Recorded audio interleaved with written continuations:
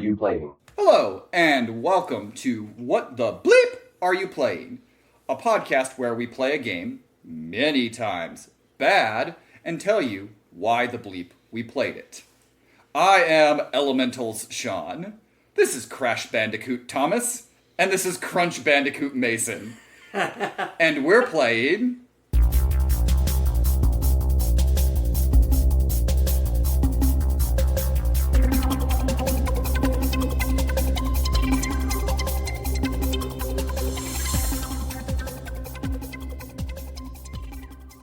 Crash Bandicoot, Wrath of Cortex.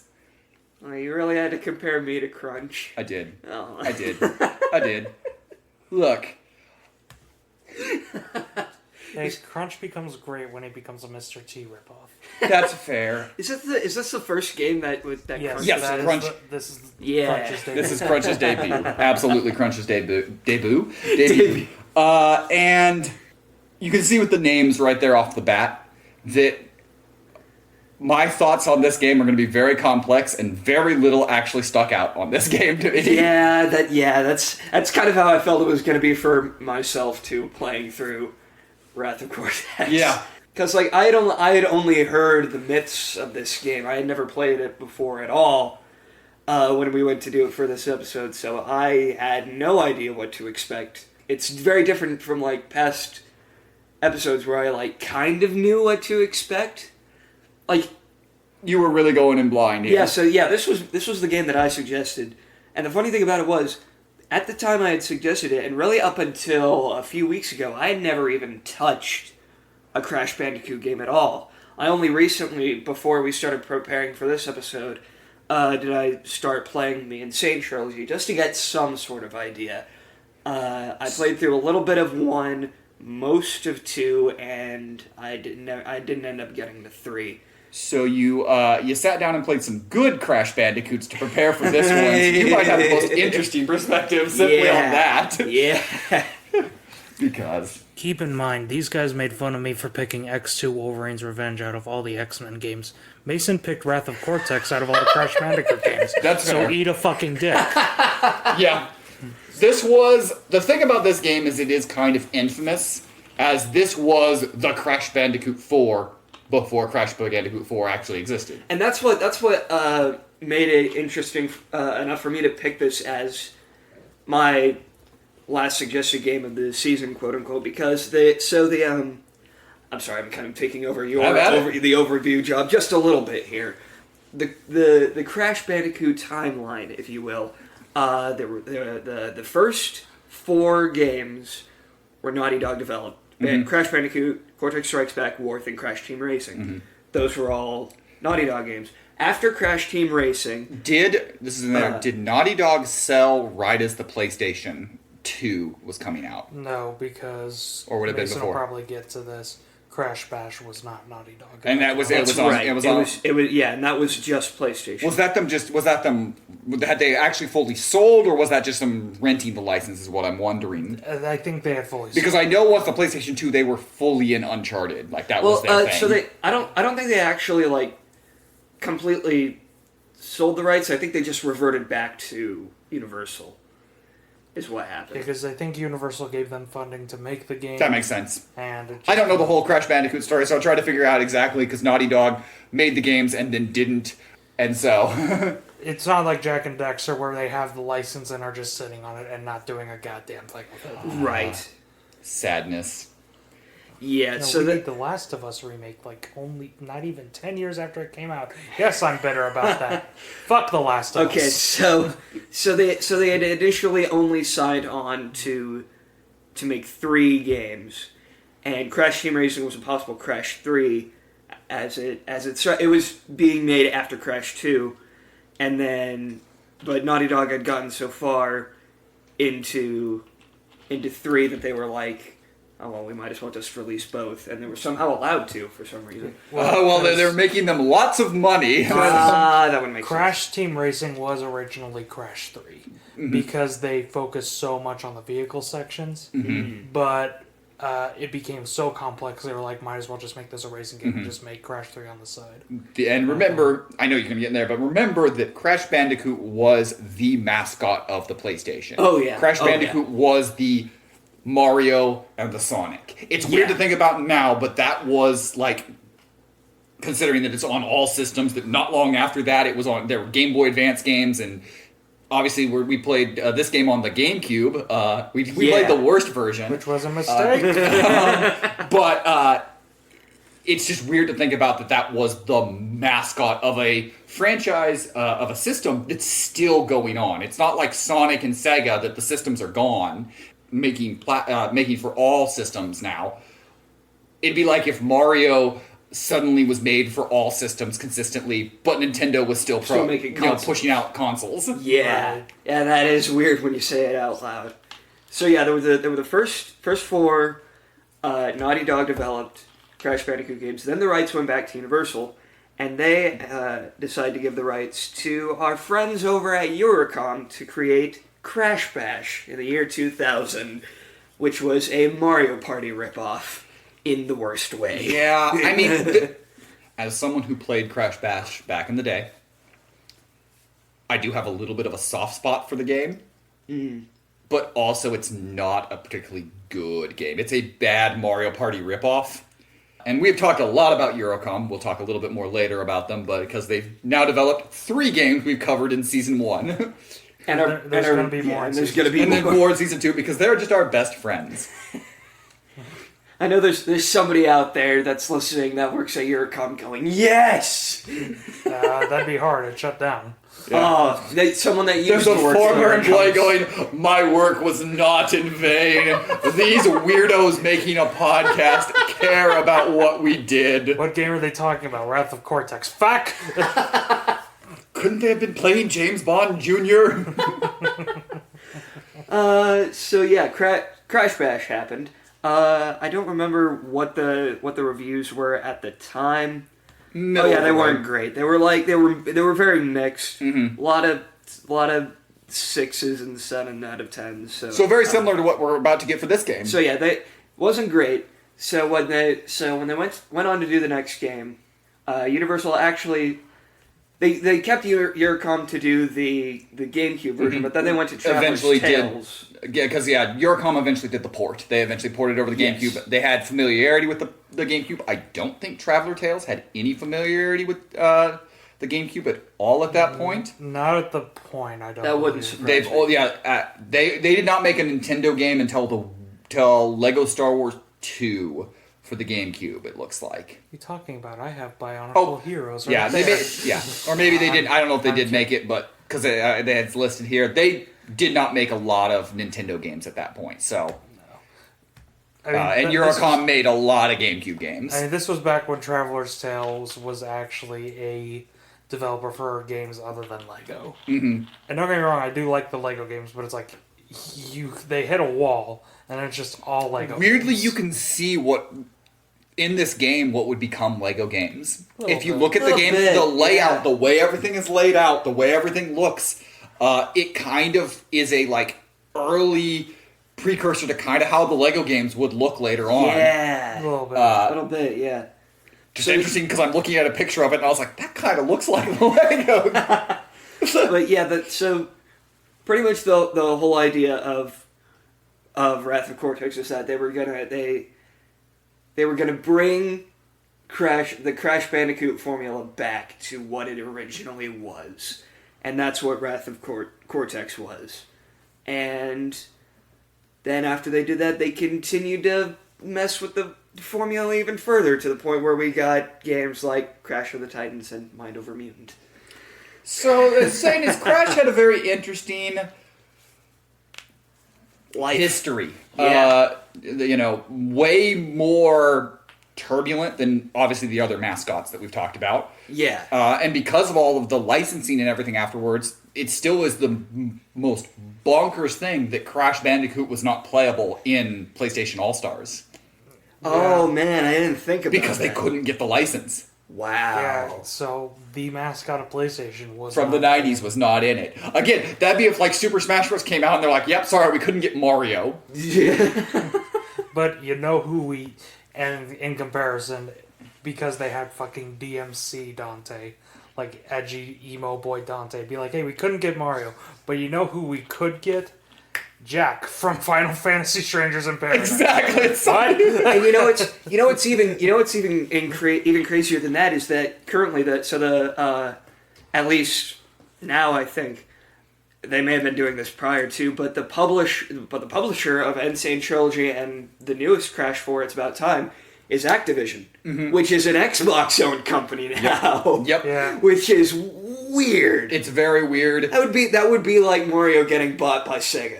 That is weird. It's super weird. But look, Crash Bandicoot, Wrath of Cortex, was also one of the original launch titles for the Xbox Originals line. Oh, wow. That was of downloadable original Xbox games for the 360. Whoa. So it was one of those, like, weirdly, this is kind of the game that started Crash Bandicoot not being a PlayStation mascot and being a everything mascot to eventually moving more to an Xbox mascot, which is weird to think about. Very Very weird. odd, yeah. Yeah, That's interesting. I didn't think about it like that. You mentioned the game that they wanted to kind of go back to what Crash was. Yes. And that's both this game's strength and its biggest weakness. Yeah. Because, let's get it out of the way, this game is Crash 3, but not as good. Yeah. Yeah.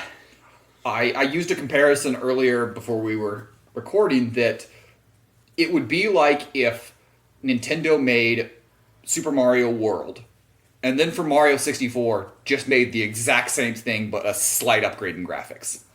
Yeah. And a downgrade and everything else. And that's kind of what this game is like, yeah, you have all the Crash elements. The levels are all very, like, immediately, if you played a Crash Bandicoot game, you start immediately, you're like, yeah, this is a Crash Bandicoot game. Yeah, that's what, It still has a camera that is not forgiving at all. Lord. It still has platforming elements that you're like, why'd you make this? Why is this hole here? Why am I running to the screen so often and not able to, see holes that are coming up? Yeah. There's a lot of that's been in Crash Bandicoot from the beginning. Oh yeah, and like even Crash Bandicoot fans, I think, hate the stone chasing levels. But when you play it, especially this game, you immediately feel there's like maybe they were trying to grip some nostalgia maybe at that point, but you're like, I'd rather be playing Crash 2 or Crash 1. Right. And I hadn't played this game ever. This is the first time, before this podcast, the first time I'd played Wrath of Cortex. I played the original Crashes a bunch on the PlayStation, but I didn't play any Crash Bandicoots between Crash 3 and the Insane Trilogy. So, like, there's a gap. There's a bit of a gap, yeah. There's PlayStation mascot and then the return of the PlayStation mascot. Right. Nothing else in between. So playing this game, I immediately was like, man, how much is Crash 2? Can I get it for my PlayStation? Because I'd rather go back and play the classic than play kind of the watered down version of the classic. And like the biggest thing for me with this game, I don't know if you guys experienced it the same way as I did, but it has some weird difficulty inconsistencies. The regular platforming levels are too easy, are way too easy, and I get that, like, with as frustrating as the early Crash games are, even like 2 and 3, which are playable, more so than the first one, but still frustrating. Yeah, Crash Bandicoot games are hard. Yeah, but the platforming levels, at the very least, in this game, are far too easy.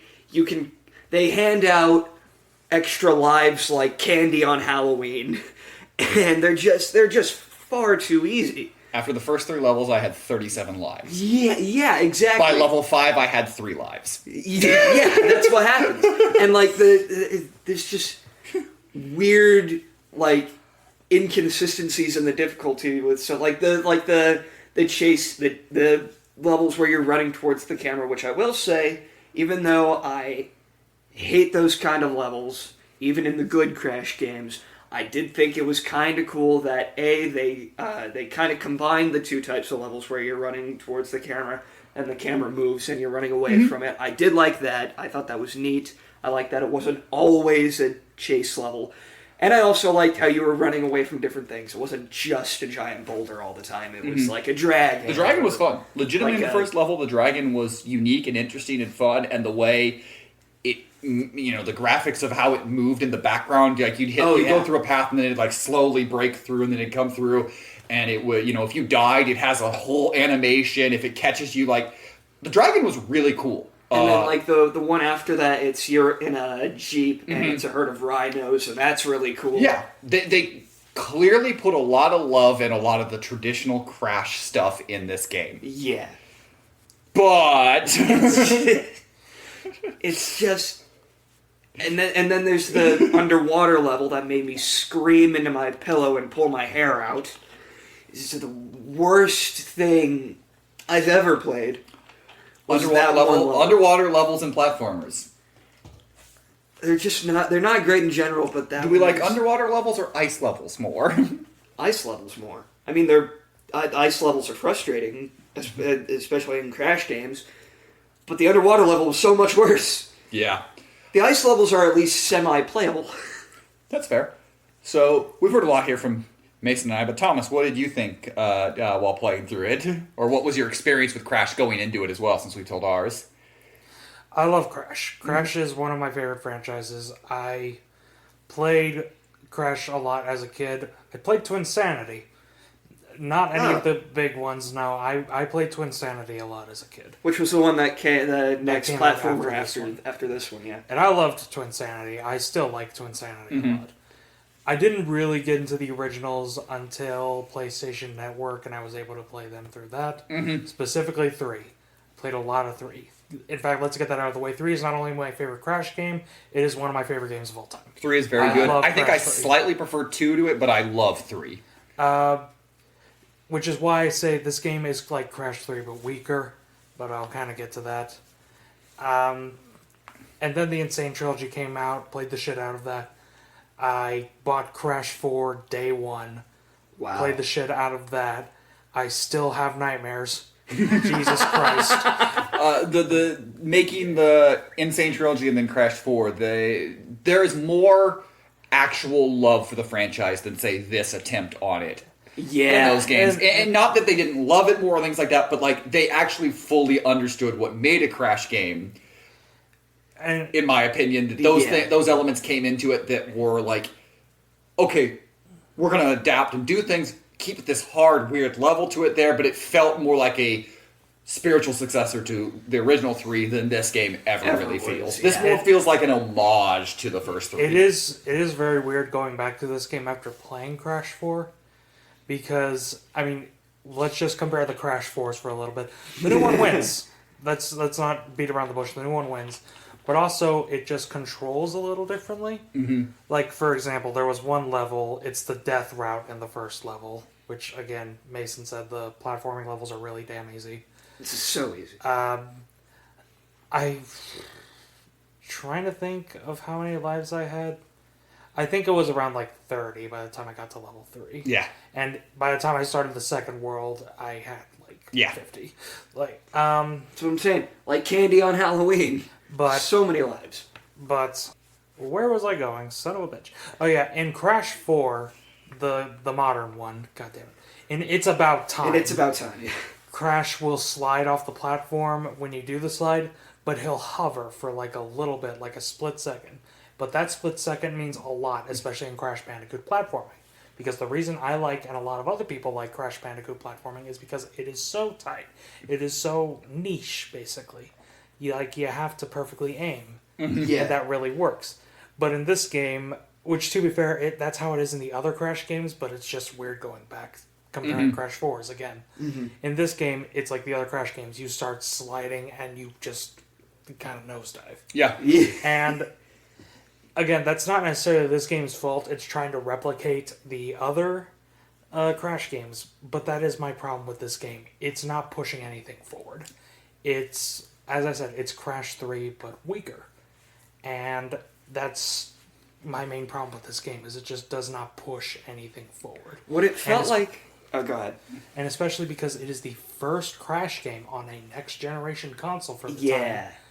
It does nothing, and does what the previous games did just considering, and I know there's a little bit of different because Crash did start in 3D versus the other Sonic, Mario, things like that started with 2D. So there is a little bit of difference. But considering how much those franchise had pushed their series, we have already had Mario 64 at this point, and we already had Sonic Adventure. Right. Heck, I think this game came out in 2001, so we would have had, Okay, so 2001, yes, Sonic Adventure 2. Yeah, we would have had Adventure 2 as well. So, which both of those games pushed the franchises in different ways. Now, obviously, we know Sonic went a very different way after that point. Yeah. And Mario just always is pushing the envelope. Every game is different. So to have this game, and I know it's the only one of those games that was made by a different studio than what was making the previous ones. Mm-hmm. So there is a little bit to that. But the fact that it just feels like a cut and paste Crash game for a new system when a lot of the Crash mechanics had already aged at that point. Oh, yeah. Now, we talked a lot about how this game has kind of, not pushed anything forward. But I'll give credit, the development of this game was hectic. Oh, absolutely. The developers, again, in their defense, this is not saying, oh, that's the reason, so you have to forgive everything about this game. No. If a game's bad, a game's bad. I do not care about the development, but I will, at some point, give credit where it's due. Right. And basically, the development of this game was Universal going up to Traveler's Tales like, hey, you want to make Crash Bandicoot 4? Sure, cool. You got 6 months. We got what? So, it wasn't good for them. Yeah. It's considering that's their timetable, yikes. Yeah, there's a lot on it. I think what's interesting about what you were saying earlier about how other mascot franchises sort of grew and developed during a time when Crash was kind of stagnant. It's kind of sad that when Crash Bandicoot finally got to the point where it could kind of evolve, it wasn't really that good at it. Right. Like the one time that it was actually good at doing something different was Twinsanity, and then after that you got Crash of the Titans and the other Crash Kart Racers. My apologies. It was not 6 months. It was only 1 year. Yeah, it was which 1 year. Still isn't good, but originally they had to scrap everything. Yeah. Because they were building this up from the ground up to be a free-roaming Crash game, very similar to what Twinsanity would do. Mm-hmm. This is what that was going to be. And then Universal, Universal came in and was like, nope, and they had to basically... So in a lot of ways, we don't blame Traveler's Tales 100% for some of the things. There's some serious studio meddling. And as I said, Traveler's Tales has gone on to make Lego games, which are fantastic. And I love the Lego games. There's you can see a lot of the stuff in this, and it's a possibility that if we had gotten their idea initially, we might have gotten more of a Lego type Crash Bandicoot game, which I think could work. Did you say not all the Lego games? Not all. No, but most of them. The one Lego game off the top of my head that I can't think they developed was the original ones for the PC. Mm-hmm. Oh yeah, like Lego Island. Yeah, like Lego Island, Lego Island 2, and Lego Island Extreme Stunt Adventure, which I own. Of course I do. Because they did make Twinsanity, so. They did. They did make Twinsanity. They went and made Twinsanity. If you want to know, their first Lego game was Lego Star Wars. Yes, it was Lego Star Wars 2, and then Indiana Jones. Mm-hmm. That makes sense. And then Bionicle Heroes, I believe. Wow. Yeah, they made a lot of good stuff, and they're a good studio from what it seems like. Look, they made the Toy Story and Toy Story 2 games. I was going to say, they made Toy Story 2 on the PS1, one of my favorite platformers ever. Wow. So this is for Universal to meddle like that from a studio that had made great platformers and will make a ton of great platformers in the future. It shows it was executive meddle. Yes. Yeah.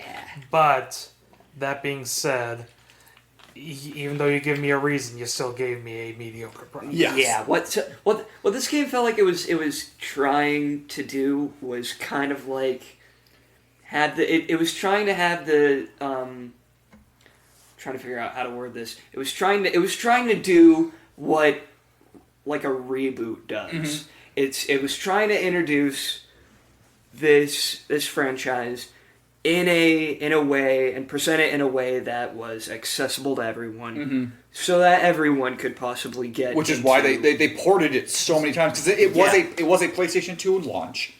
Then a couple months later, they announced the Xbox. So it was launched on the PS2 October 29th of 2001. They announced in January of 2002 they were bringing it to the Xbox. May is they brought it to the Xbox, so 2 systems. And then in late 2002, the GameCube got its version as well as the Game Boy Advance version of it. And so, it is meant to be the Crash that is going to be accessible. And I can see Universal's vision and what they were trying to do is this franchise has been on one system. We're now going to make the same thing and push it onto all the systems, and everyone's going to love us. The only issue with doing it like that with this game is that I can kind of see this game being enjoyable for like a young preteen audience that maybe didn't know anything about Crash Bandicoot before. But I can imagine that a lot of people playing this straight after Crash 3, being a fan of the first 3 games, going into Wrath of Cortex and going, what the hell is this? Well, what the hell is this? That's where the reception kind of was. And it was... The Xbox got the best reviews. Interesting. It is the one with the best graphics. They did... Traveler's Tales did upgrade the graphics for the Xbox a bit. It's the one with it. It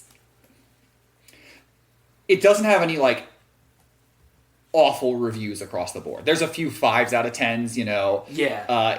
Basically, and a lot of the low ones are on the GameCube, being that it is almost 10 points lower on Metacritic, the GameCube for the Xbox.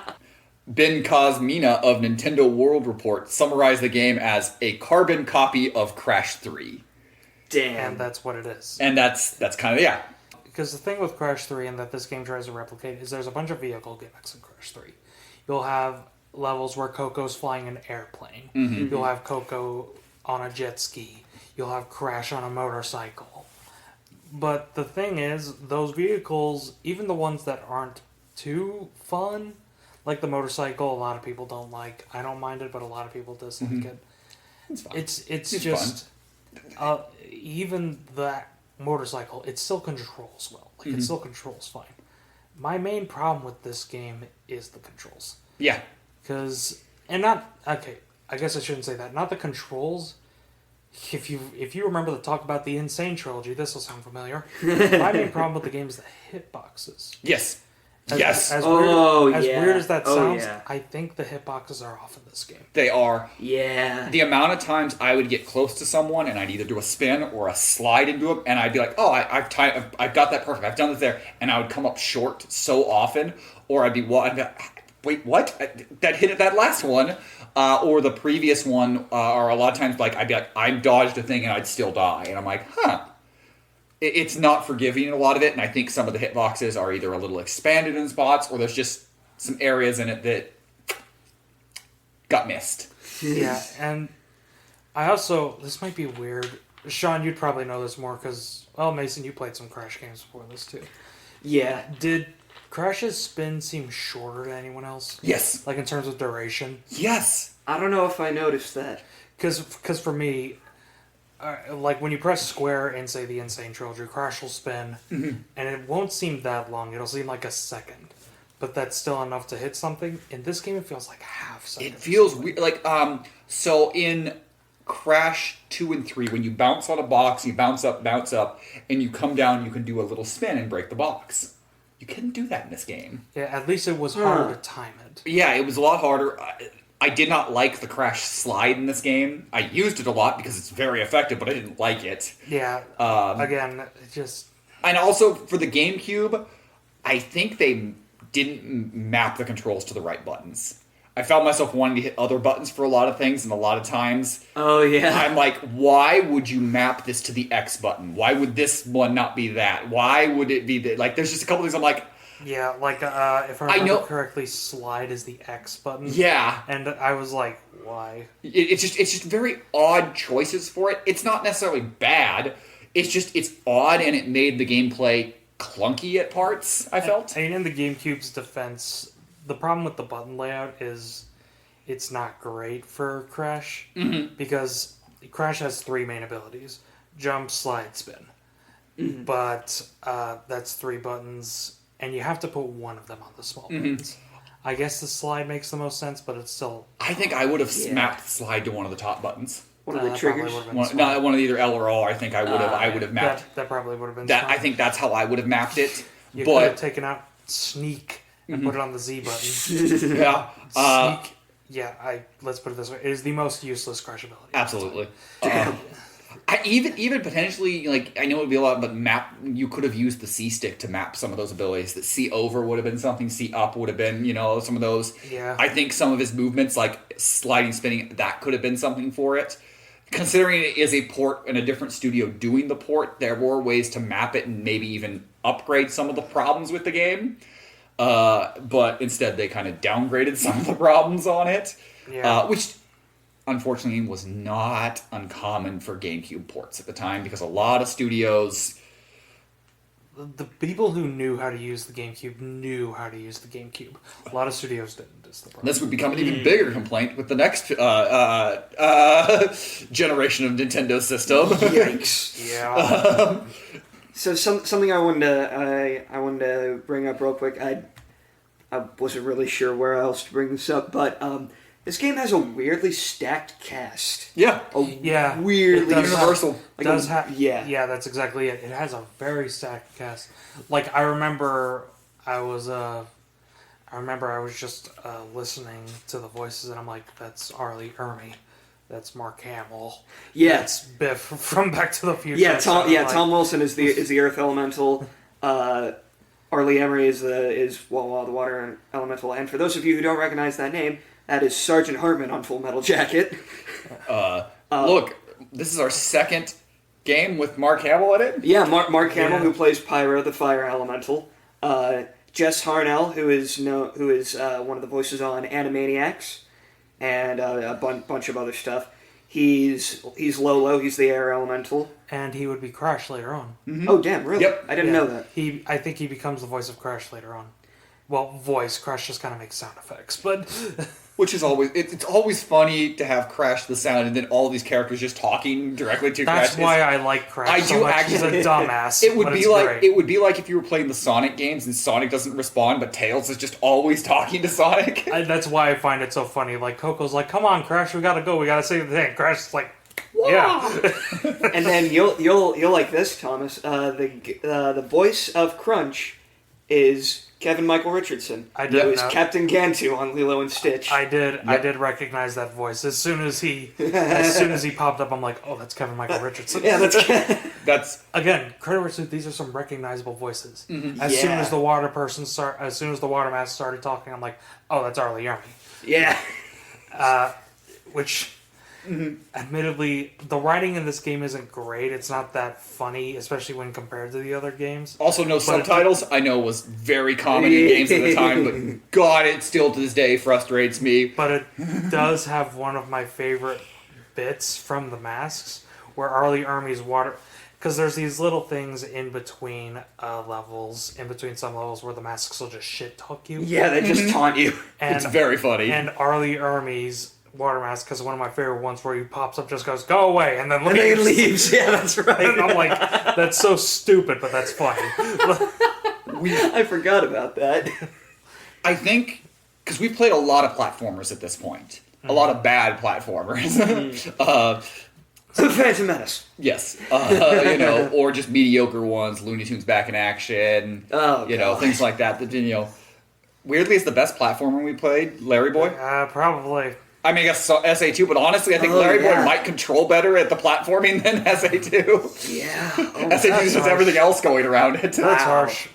Wow. But this is the most linear platforming we've played. Yeah. It's not as open as anything else. And while there is absolutely still an audience and ability to play linear platforming games, I think the new Super Mario Bros. Games absolutely prove that linear platforming still has a thing, but I mean, I would hope it did. They made like 5 million different versions of the same damn game. Because they're fun. cheap. And they're easy to make. But like, and I do enjoy that sort of it, but this is a game that kind of is the argument for, linear might suck in some of these. Yeah. Because the other old Crashes, especially 2 and 3, but even 1, even though they're all just a linear path, there's a lot of enjoyment to be had in the path. Well, This game, there's just like nothing really interesting at the path other than, hey, I finally found the jewel and I found the end. well, it's the thing is, in Crash... Here, let's go with my least favorite of the original trilogy. Everyone's least favorite of the original trilogy. Let's not... If you say Crash 1's your favorite, you're fucking lying. Then you really like a challenge. Yeah. No, it's more like if you say Crash 1 is the best, you're lying. Crash 1, let's take one of the earliest levels. There is a bit where you're like, oh, where's the other boxes? Where's the other boxes? You notice a little gap in the fence. Mm-hmm. So you bounce on this fire thing, hop over the fence, and break the boxes behind it. And it's like, that's cool. That is both linear, but also it gives a bit of depth to the levels. Mm-hmm. Wrath of Cortex, from what I played, to be fair, okay, yeah, full disclosure, this game crashed on me twice, and at a certain point I just couldn't be bothered to give a shit, especially after the bombing level, whatever the hell it's called. Oh, so God, I was yeah. just like, whatever, it's crashed twice, I'm just gonna say that's God's sign to stop. You need to be playing something better. I'm doing this for your mental health. Wait, hold on. You're telling me your Crash game crashed? Yes. Nah! But yeah, there's not a lot of depth to this game. Like, I know sometimes it can go over to kind of the like little mini game bonus levels and things like that, which are just pretty straightforward little. And those up have been downs. and those have always been Crash. Yeah. They're always, and they're fun. They're legitimately fun in this game. I enjoyed them, but like outside of that, like I don't know, man. It just this game just it feels like a copy and paste. It's like, hey, can I borrow your homework? Yeah, just change the answers. And it's just like slight little changes. And it felt more like it wanted to kind of impress with it being on another generation. Mm-hmm. Like Mason brought up the camera sweeping. Oh, yeah. You go to the chase sections. Crash, oh, he doesn't have a motorcycle this time. Now he's got a Jeep, baby. Like that kind of thing. A whole herd of rhinos chasing after you. All this is cool stuff. Like, it's cool ideas. I honestly, I like Crash being in a Jeep. I like Crash and Coco having all these vehicles because it kind of separates them from other mascot platforms. I like vehicles are fun. They're just the controls aren't great in this game for the vehicles. No. But vehicles are fun. I like Crash being in the mech suit from Alien for some reason. It's neat, but it's kind of weird. Okay, yeah. What bothers me about the mech suit and the submarine and the water levels, why do they only take one hit? Like, Why do they only take one hit? That's a good question. Like I get why, because it's Crash Bandicoot, but also why Crash is in this suit. Like, even the mech suit I can kind of get because it has the design flaw of it being open. So you could just pull whatever the hell that guy's name is from Avatar and just shoot him. But I mean, even that guy had glass over the damn thing. Yeah, and why does the submarine break after one hit? It's one hit, and not even a hit from like a C mine or whatever. Like official hit it, and Crash is like, "Oh, time to die." It's not forgiving at all. Yeah, and again, that's Crash. Which Crash has always not been I forgiving, was gonna say but Crash has never been forgiving, especially the other Crash 4. It's about time, Jesus Christ. But in those games, you have a pre-modicum of control. The hitboxes are right. In this game, again, the hitboxes just felt off, and that caused everything is just slightly off. Hitboxes, controls, camera, everything's just slightly off. Which again, it would make sense because they had to scrap what they were doing and have a year to throw together a classic Crash. Yeah. And so it would make sense that maybe there's a few fine-tuning things that didn't get done.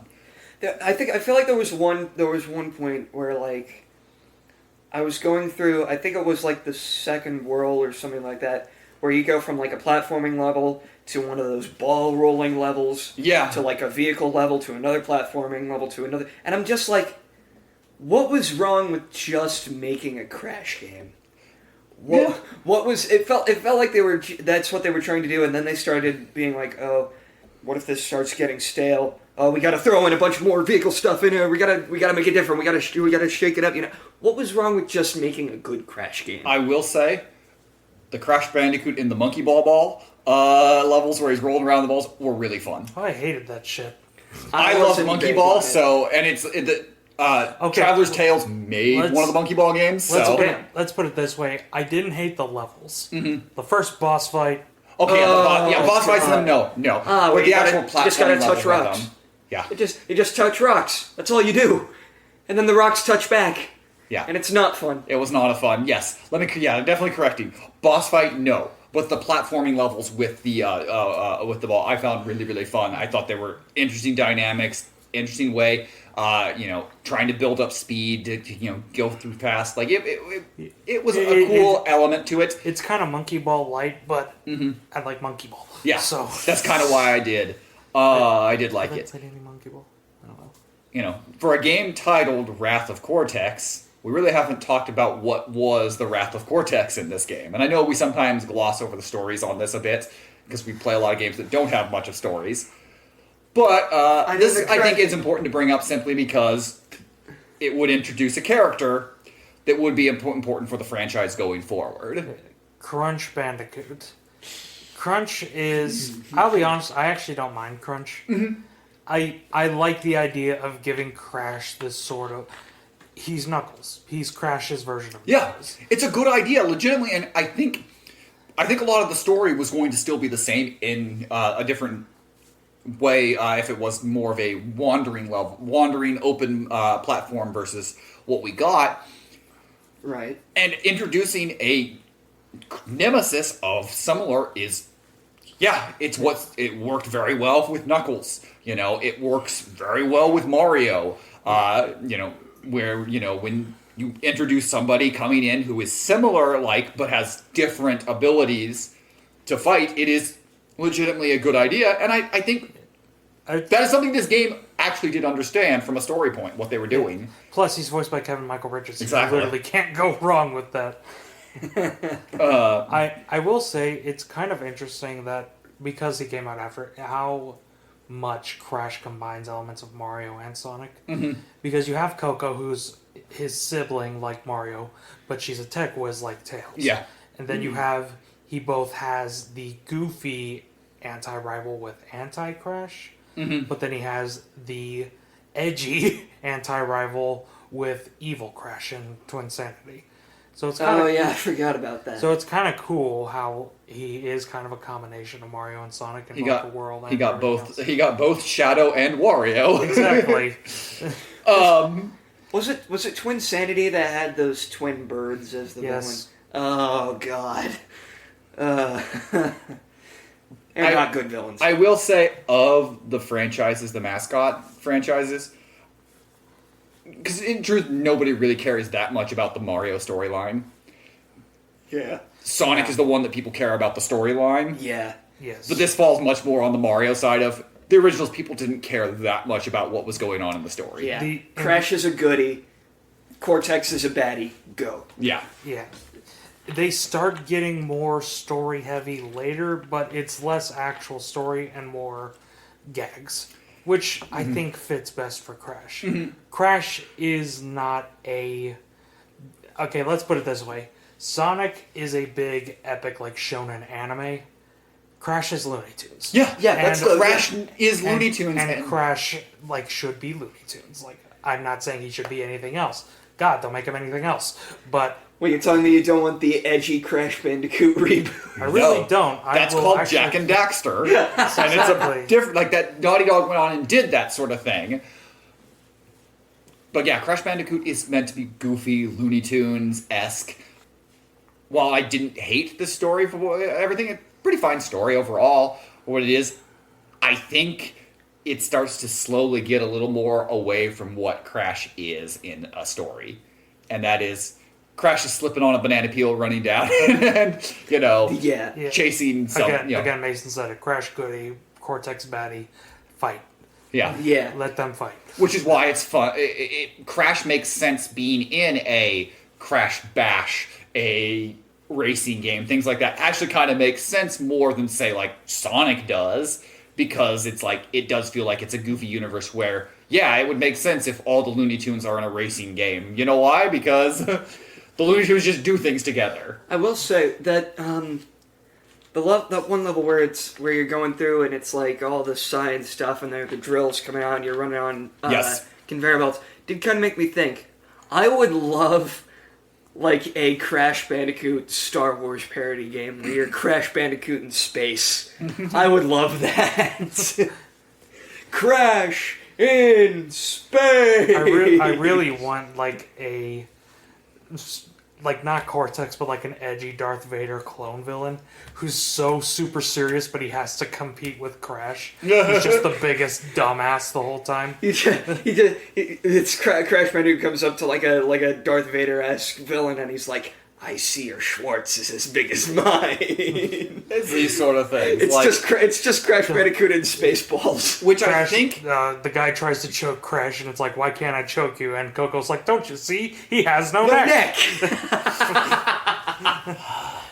And then Crash throws a wall. This is kind of the flaw that came up as Crash was moving on from PlayStation and being the mascot. Is right there is Universal had their vision of, we have the next big franchise-defining story. Instead of, hey, we have the next Mario in a lot of ways. Yeah. If they just had leaned into the goofy more, It would have been better. I think it would have been better. Because then a lot of the zany games could have been made. Like, I would play a Crash Golf game if it's ridiculous. Like, I would play these sort of things because these characters are They're goofy. They're goofy. silly. And you could have fun games. Like, look, would Crash I play Team a Sports? Yeah, would I play Okay, a Crash honestly, hell dodgeball game? That might be really fun. Look, hell yeah, I'd play Crash Team Sports. Yeah. Or Crash Team Dodgeball or whatever. Yeah. Hell, they're doing a Wumpa League now. Or no, that was the like a. Yeah, that was the original title. Crash. I can't remember what's it Tag called. now? Royale, something like that. Yeah. Yeah. What's it called? I don't know, the new Crash game, but it looks like they're kind of going that route, and that's probably Rumble. smart. Rumble. That's what. Crash, Crash Team Rumble. Crash Team Rumble. Okay. Which is fun. That's what this franchise should be. And that's not to say that this game isn't fun. It just is. This is kind of where it trended away from what made Crash fun in a lot of ways. I know that it said, I've never played Twinsanity, so I can't say anything to it, but I know you say it's really good, so like, it's not to say there aren't good games, but... Twinsanity is such a different Crash game that it feels like kind of a first start to something new. Which again, they were going for this, but it just didn't pan out. So I did play... I know I said I kind of missed the middle there, but I did play a couple of the Game Boy Advance games now that I think about it. And I hated them, so... the Crash and Spyro crossover games. those are barely games. Yeah. Which, eventually, when we cover Spyro on this podcast, I'll talk a lot about my Spyro love and how, Universal also fumbled Spyro for a long time. Yes, Sean's the Spyro guy, I'm the Crash guy, Mason's the Go Vacation guy. There it is. We haven't had a Go Vacation joke in a podcast in a while. I'm starting to miss it. I couldn't One per episode. I couldn't think of anything else. I was thinking Cars guy, but we haven't done a Cars episode. So I mean, we did Flat Out 2. I meant the Pixar movie. Oh, Get the Fucked. Pixar movie. I thought you meant like Cars. We No. did James Bond. But yeah, so that's Crash Bandicoot, The Wrath of Cortex. And on this podcast, we like to ask two major questions of all the games we play. Genuinely thought you were about to skip him for a minute. The first of this questions is, how does this game hold up? Okay, so remember when we talked about X2 Wolverine's Revenge? Yes. And you said, I think it holds up great because all the problems now are the same problems they'd be back then. I feel the same way. That's kind of, yeah. Yeah, I'm sure it holds up fine because I'm sure the problems it had back then are the same problems it has now. Yeah. Listening to reviews and everything, it's like, Yeah. And Yeah. that's actually kind of the only thing that I would say a little different than X-Men is just the camera is the only thing. But outside of that, because the camera in this game is so unforgiving, but that also goes with the same problem with the previous three. So, yeah, for what this game is, it does hold up fine. Yeah, It just... Its problems were...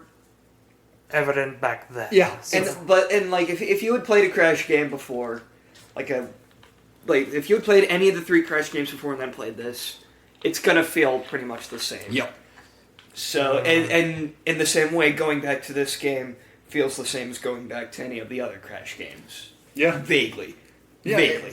And that, as we said, was their goal on this. It is very much a homage, spiritual successor to the Crash Bandicoot franchise. It is a Crash Bandicoot 4? Well, I mean, that's how it was marketed in Japan. Yep. It was Crash 4, and then Twinsanity was Crash 5 in Japan. Which means I'm very curious as to how it was when the actual Crash 4 came out. It was like Crash 4, the real one. The real one. Yeah. The second question that we ask, would this game deserve a reimagining or a remake in a modern setting? Yeah. This is an interesting question for this one. Because we've had, obviously, the Insane Trilogy. We've had Crash 4 made. Could you literally take this game, tighten it up, and make it kind of the way they did the Insane Trilogy? And just have those controls, but have the same story, the same levels, just a little bit of tightening? And would this game be fine to play? Sure. Do I want that? I don't think so. Yeah. I don't know if there's any reason to. I don't know if there's any reason to. I just like Crash, so I will always take more Crash in my life. But also, objectively, I don't know if there's any reason to. I mean, I would like it because, as much as I do love Crash 4, it does feel kind of like a step back from 3. Mm-hmm. And again, that's really hard to compare. 3 is one of my favorite games of all time. I shouldn't judge it too much, but genuinely, it feels like kind of a step back. And I kind of think, for as good as It's About Time is compared to Wrath of Cortex, I like some elements of Wrath of Cortex more than It's About Time. Mm-hmm. So I feel like if you just took the 2 Crash 4s and merged them, you'd have a contender for like the best Crash game. But as for now, no, I don't think this game would get one. I'd play it, obviously. Mm-hmm. And I would like to see an attempt made, but I'm not going to hold my breath. Would you rather see them bring a either a HD remaster or a full remake of this game or Twinsanity? Oh, Twinsanity, without a shadow of a doubt. Wow. Because Twinsanity is so different. Like, as much as I did kind of defend it there, this is just Crash 3 Light. Mm-hmm. And I'm And not... Twinsanity is something new. Is something new. It's something completely different. I would like to see them return to the Twinsanity formula, even. But that ain't gonna happen, because Twinsanity didn't do well. And the Insane Trilogy did very well. Exactly. It spoken what type of Crash Bandicoot game people are wanting to spend their money on. Yeah. And yeah. Go ahead. Sorry. I think people would buy a Twinsanity remake. I don't think it would be nearly as successful as the Insane Trilogy, obviously. But I think Twinsanity has enough of a cult following that I think it'd do well. Plus, again, Twinsanity is another game that has so much cut content that if you put some back and then maybe even do Wrath of Cortex as it was originally intended, but build upon the Twinsanity engine, maybe I think it'd be neat. What that kind of would lead into kind of my thought on it is, what if they packaged both Wrath of Cortex and Twinsanity as a 2 HD remake type or HD remaster, package them together and put them on a new system? Would that might be interesting? Even if they don't do much updates, other than, hey, it's now slightly better graphics because it's we've upgraded the graphics to a little bit, but the enemies are actually try to hit you in the platforming with levels. Updated graphics might help updated hitboxes a bit too, so that could fix some of those things. But yeah, I feel like if they did that, this would just be an add-on to like Twinsanity, or vice versa, Twinsanity just an add-on. But I don't think we get a full remake of either of these, simply because the popularity, while this game did sell enough on every system to be a greatest hit, platinum hit, and player's choice on all systems, which means it had to cross 1 million units. So it sold enough to hit all of those. So there was an audience at the time. I just don't think there is one now. So I think probably the best hope we'd get is if, say, it was thrown on like Game Pass or the PlayStation Classics, type of those sort of things. I think at this point right now, and we'll see how well this statement ages when Crash Team Rumble comes out, because we still don't know much about that game yet. Is that's slated for later this year, right? Later 2023. Yeah. Okay. So we'll see how this ages when that comes out. But I think at this point, the Crash Bandicoot franchise should be focusing more on ways to bring the franchise forward instead of retreading ground that was already tread. Yeah. Because they already did that with the Insane Trilogy, and it was obviously popular enough to sort of bring the Crash Bandicoot name back from the dead. And then they released the remake of Crash Team Racing. And then they did that, yes, as well. Which, again, for the help that. And now that I think Crash Team Racing is one of the best kart racers ever. I still have to play it. It is legitimately an incredibly good kart racer, on par. The old one is on par, if not better, than Mario Kart 64, and obviously the remake is really fun. But yeah, it aged a lot better than Mario Kart 64 did.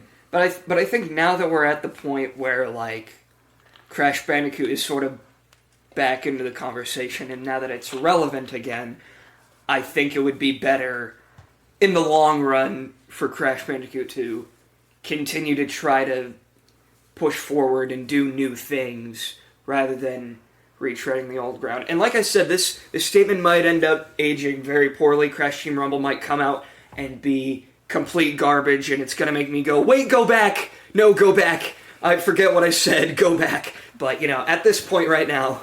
You heard it here first. Crash, new skin on Fortnite.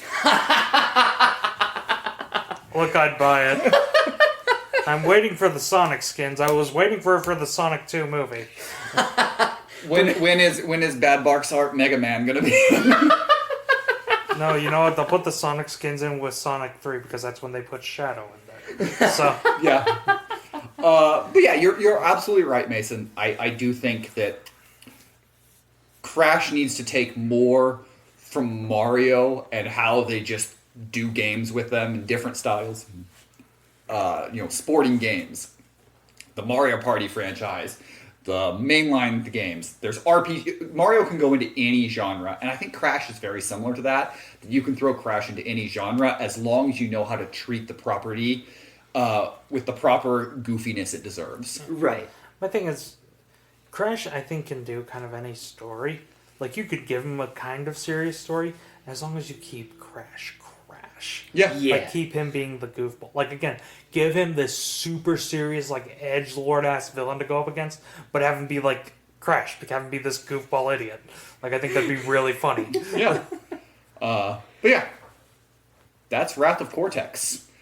A game that we don't disdain, but definitely have some weird feelings about. Yeah. A game we definitely played. It's a game we played.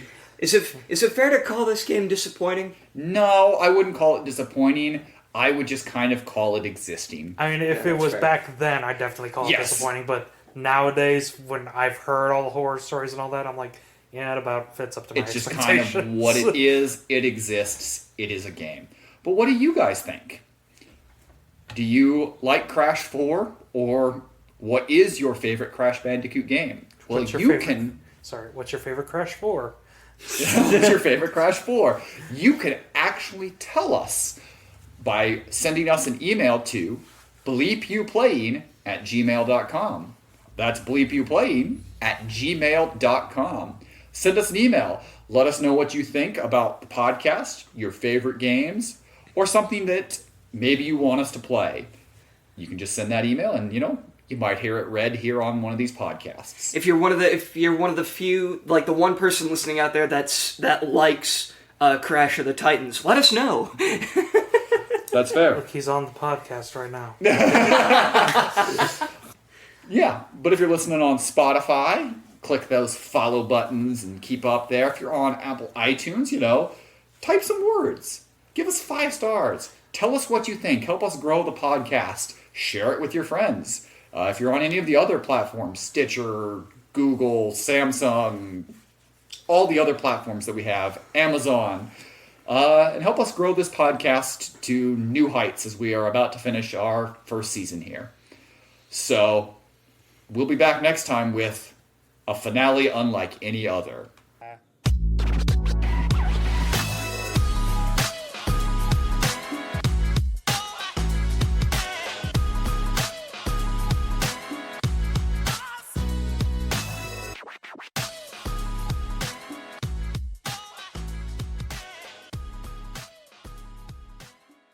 Get good, you slut!